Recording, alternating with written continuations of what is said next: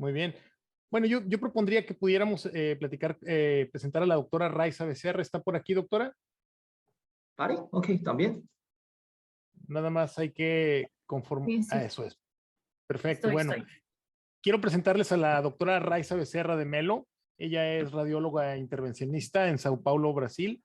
Trabaja en el Camargo Cancer Center y la Fundación Antonio Prudente, también en la red Prevent Senior y en la red de OR. Es siempre un placer escuchar a gente que nos habla de temas interesantes.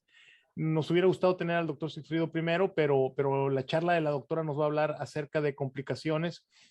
Está programada para hacerlo en inglés, pero bueno, si hay alguna duda o algo, podemos usar portuñol. Y les recuerdo que pueden usar el foro para poder enviarnos sus preguntas en caso de que exista alguna. La Bienvenida, comisión doctora, muchas gracias. organizadora. Oh, sorry. La comisión organizadora asked me to speak Portuguese because they think it would be easier for everybody to understand. My presentation is in English, but I'm going to speak like a slow Portuguese. And if you don't understand something, just let me know that I speak slowly and or try to explain. Okay. Thank you very much for the invitement. Let me show you my presentation. Ok. Vamos falar de complicações decorrentes da terapia ablativa de nódulos tireoidianos. Falar sobre complicações em nódulos de tireoide na terapia ablativa é um pouco challenge, né? Um pouco difícil, porque é uma coisa que a gente tem conhecimento de que complica muito pouco, né? Mas porque exatamente a gente evita essas complicações. Então, eu vou falar um pouco de cada cenário para a gente, então, discutir as complicações. Habitualmente, o manejo do nódulo tireoidiano pode ser feito com cirurgia, com terapia radioablativa com iodo ou com drogas. Evidentemente, isso depende da natureza do nódulo. Nos últimos anos, né, vem sendo cada vez mais frequentes as terapias minimamente invasivas. Entre elas, podem ser a injeção percutânea de álcool, a ablação com laser, a ablação por radiofrequência e a ablação por micro-ondas, que é o que nós vamos nos deter mais nessa palestra, né? E a HIFU, né, que é a High Intensity Focused Ultrasound. Por serem métodos ablativos térmicos, os estudos de radiofrequência, geralmente, eles podem ser extrapolados para micro-ondas e vice-versa, né? Quando que a gente vai usar a terapia ablativa térmica em nódulos tireoidianos? Existem 3 cenários principais. O mais frequente são os nódulos tireoidianos benignos, geralmente os nódulos sintomáticos, né, que têm algum problema cosmético, algum problema de compressão, sensação de corpo estranho. Também pode ser usada nesse contexto para nódulos autônomos, que são os hot nodules, quando o paciente recusa a utilizar medicações ou quando não pode ser usada a terapia por iodo, então a gente pode lançar mão da ablação. Nos casos do câncer tireoidiano recorrente, quando são lesões puramente cervicais, no máximo indicam 4, né? 4 focos de metástase de recorrência com até 2 centímetros. E nos casos de câncer tireoidiano primário, seriam aqueles casos de carcinomas micropapilares, que são aqueles com diagnóstico de papilífero, né, o papilar, com até 1 centímetro. Aqui são exemplos, imagens de ultrassonido em espanhol, para ilustrar um pouquinho onde cada nódulo pode complicar. So, in this slide, I was talking about the different scenarios here. Os diferentes cenários que podemos usar a ablation, thermal ablation, nódulos benignos, câncer recorrente e os primários, né? Então, aqui temos imagens de ultrassom que vai caracterizar cada tipo de complicação baseado nesses nódulos. Por exemplo, aqui temos um nódulo benigno, então, usualmente, ele tem parênquima de tireoide envolvendo, o que vai afastar um pouco das estruturas nervosas e vai propiciar uma menor taxa de complicações nervosas.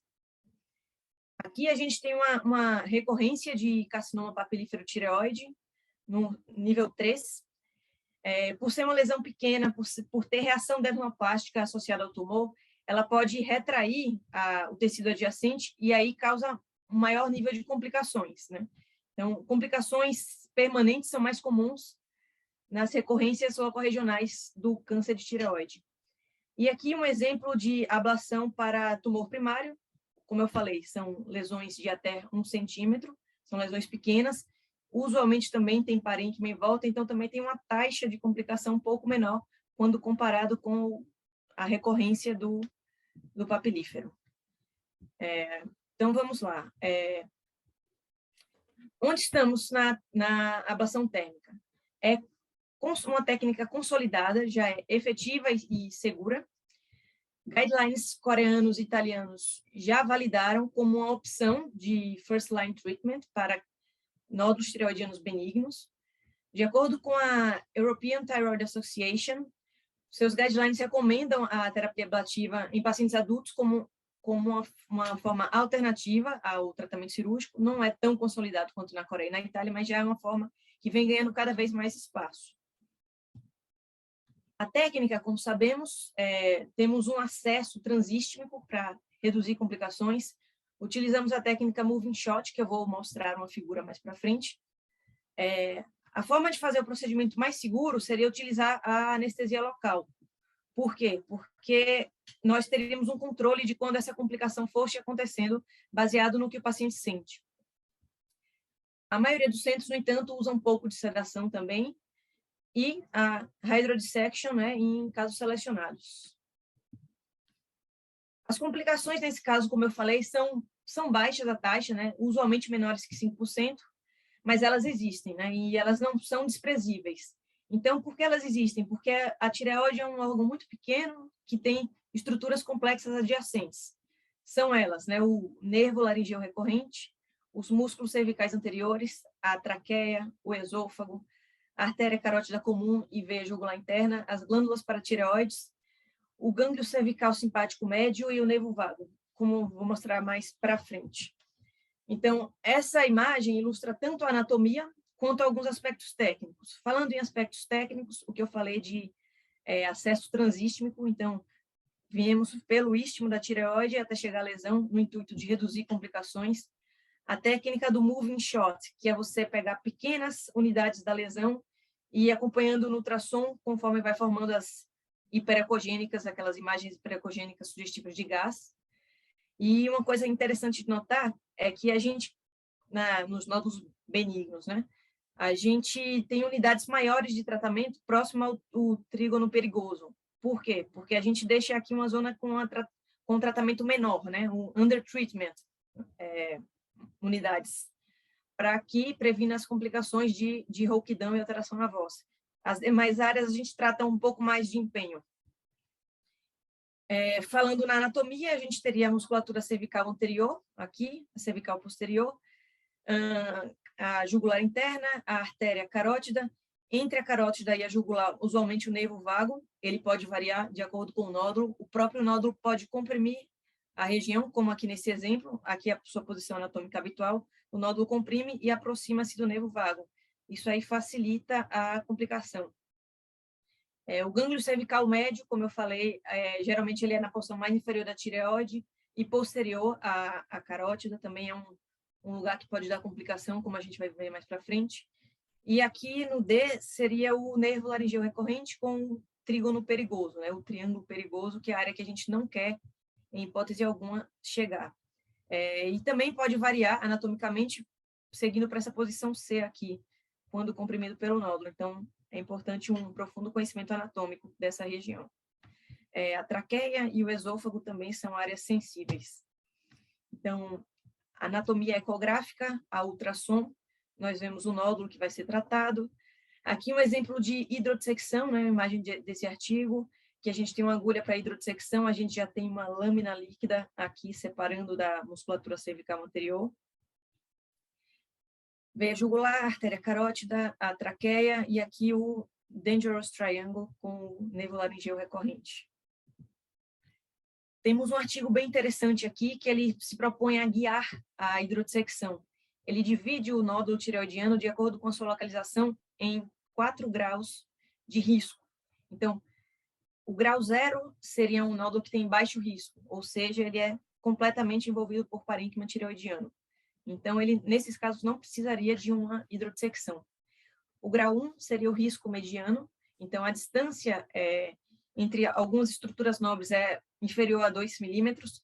O grau 1, eles são estruturas ditas menos nobres, então o que seria? Seria a musculatura cervical anterior, posterior, e a bainha carotídea. Então, esse nódulo está próximo a essas estruturas, porém não se aproxima das estruturas principais, que são a traqueia, o esôfago e o nervo laringeu recorrente. No grau 3, esse nódulo vai estar próximo a essas estruturas mais nobres, que eu falei do compartimento central, né? Então, aqui um nódulo próximo à traqueia, aqui um nódulo próximo ao laringeu recorrente, e esse outro próximo ao esôfago. E o quarto grau, que é o grau 3, ele seria a mistura dos graus 1 e 2. Está próximo tanto às estruturas centrais quanto às mais periféricas. E aqui tem um esquema de hidrodissecção para evitar as complicações, né? Então, falando diretamente delas, as complicações, segundo a Sociedade de Radiologia Intervencionista, elas se dividem em maiores ou menores. As complicações maiores são aquelas que têm que causar uma alteração de conduta, seja ela um internamento mais prolongado, seja ela uma pessoa que não internar, vai internar uma conduta ativa, uma intervenção. Que no contexto de ablação de tireoide são alteração da voz ou rouquidão por mais de um mês, ou permanente, a ruptura do nódulo com uma formação de abscesso, a síndrome de Horner e a injúria, a lesão do nervo espinhal. As complicações menores são aquelas alterações de rouquidão por menos de um mês, a ruptura do nódulo, porém sem intervenção necessária, aquele hipotireoidismo transitório e os hematomas. Os side effects, que são os efeitos colaterais, são aqueles acontecimentos que não exigem conduta nenhuma, geralmente a contratura muscular, edema, reação vasovagal, dor local. Importante saber que a taxa de complicação vai variar de acordo com a série. Por quê? Porque tem séries que analisam somente os nódulos tireoidianos benignos, tem outras que analisam os dois tipos. Como eu falei, a recorrência do câncer de tireoide ela é muito mais passível de complicar. Do método de ablação, né, seja eles a radiofrequência, a micro-ondas, geralmente radiofrequência e micro-ondas eles têm uma complicação um tanto semelhante, né, mas o laser já tem uma complicação um pouco maior, ou a HIFU. Depende muito também da experiência do operador, então quantas ele já fez, do seu conhecimento anatômico, mas em geral, overall, é uma baixa taxa de complicações. Esse artigo é super interessante, ele fala bem sobre essas complicações que eu mencionei, e ele mostra essa taxa de complicações. Ele tem um N muito bom, né? Foram 875 pacientes, mais de 1.000 nódulos tratados. A taxa de complicação geral, o overall complication rate, ficou em 3,5%, ou seja, 31 pacientes. Essas foram 1,6%, ou seja, 14 complicações maiores. Taxa de complicações menores foram 17 em 875 e sintomas persistentes foram 0,5%. Apenas 4 pacientes dentre os 875 tiveram complicações persistentes. 3 foram a rouquidão permanente e 1 foi a síndrome de Horner, que curou parcial. Não mudou a taxa de complicações menores entre os nódulos benignos e as recidivas, mas as complicações maiores foram bem maior nas recidivas do câncer de tireoide, como eu citei anteriormente. A taxa de efeitos colaterais, que são aqueles efeitos menores, foi de 8%, que foi de 61 pacientes dos 875. Aqui uma lista mais completa do que foi complicação menor, do que foi complicação maior, do que foi efeito colateral. Como eu falei, né, a complicação maior foram alterações de voz e a síndrome de Horner, que persistiu, as que foram permanentes. Teve um caso de injúria do espinal acessório que foi imediatamente diagnosticado. Usualmente, essas alterações são vistas logo após o tratamento. Então, o caso do espinhal acessório, que é uma complicação que eu particularmente nunca tinha visto na literatura, foi a primeira vez que eu vi, foi nesse artigo, houve a queda do ombro, né? Então, o paciente não consegue abduzir o ombro e o ombro fica caído. Então, com o tempo de fisioterapia, ele recuperou. Falando um pouquinho de cada uma das mais frequentes, a voice change ou rouquidão, né? Geralmente é diagnosticado durante o procedimento ou imediatamente após. Geralmente ela é transitória, a maioria recupera espontaneamente dentro de 3 meses. A frequência é maior nos casos de recidiva de câncer de tireoide. Os mecanismos são diversos e, a depender do mecanismo, vai ter a duração dessa lesão. Geralmente é o nervo laringeu recorrente, menos frequentemente o nervo vago. Injúria térmica pode ser o mais comum e o mais grave, mas pode ser uma paralisia transitória pelo anestésico local, pela lidocaína. Pode ser um estiramento do nervo por conta de um hematoma. Pode ser uma inflamação pós-hemorrágica, né, após esse estiramento, ou mesmo uma fibrose em volta do nervo. O tratamento geralmente é observar, geralmente é espontâneo recovery, ele volta espontaneamente o paciente ao normal. Eventualmente, fala-se da prednisona, que ela pode reduzir o período de melhora por conta da inflamação, né? Pensando que vai reduzir a inflamação.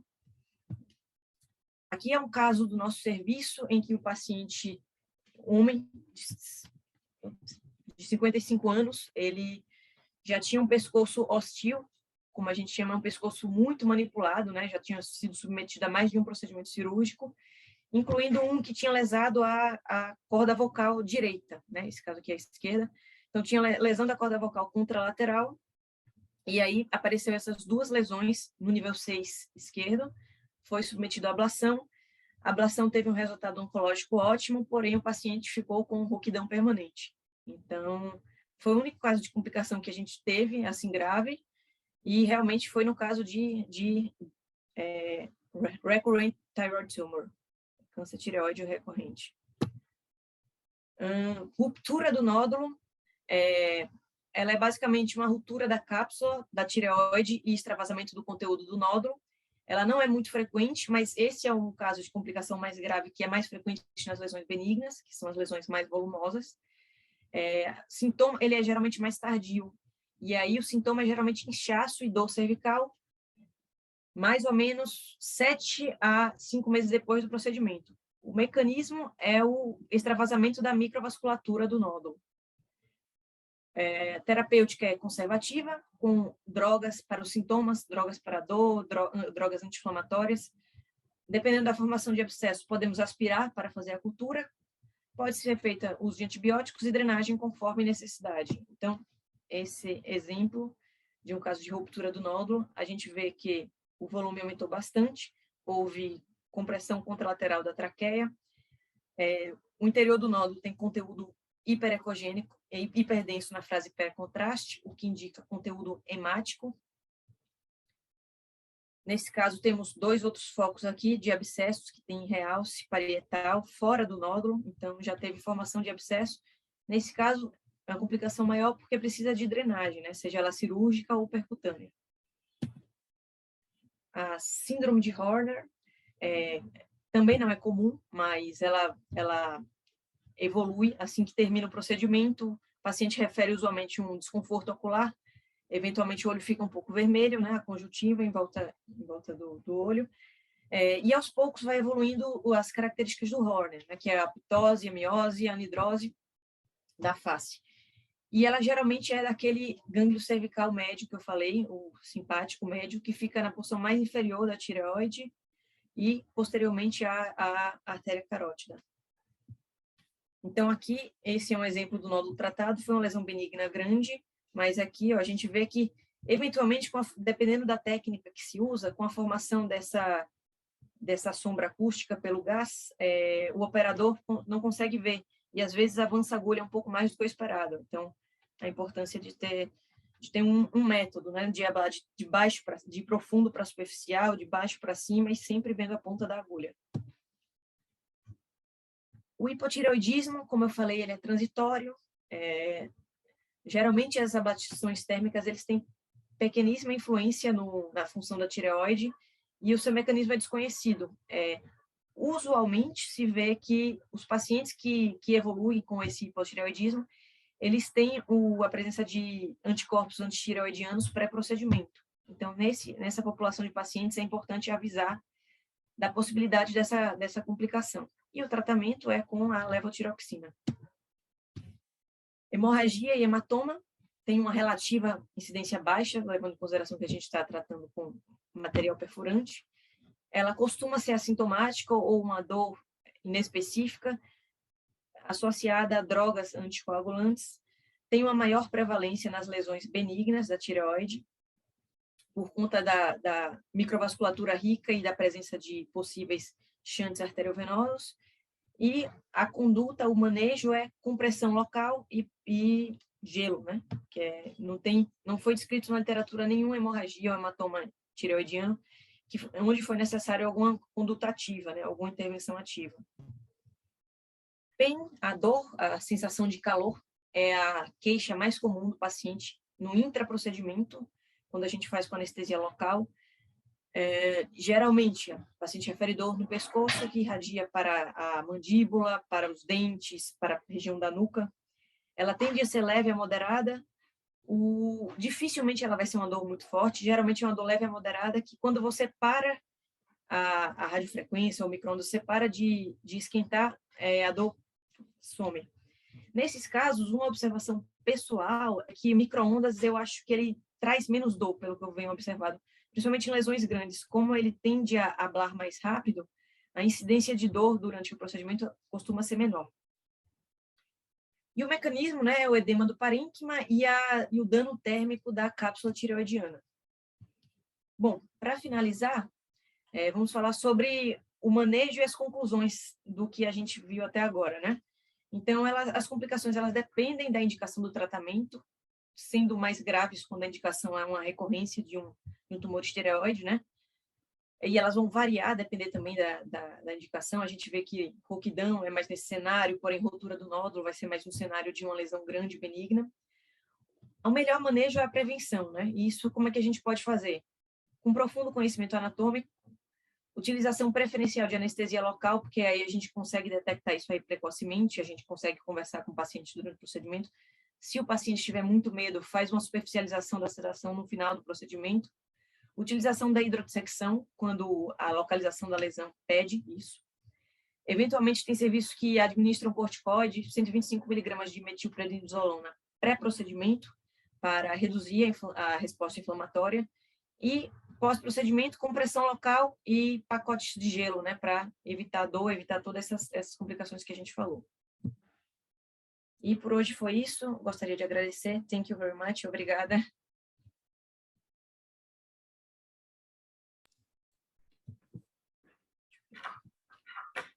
Muchas gracias, Raiza. Te agradecemos.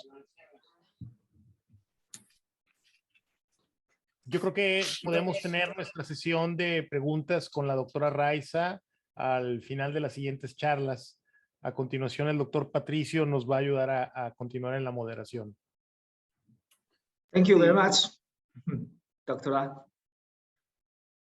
¿Qué tal?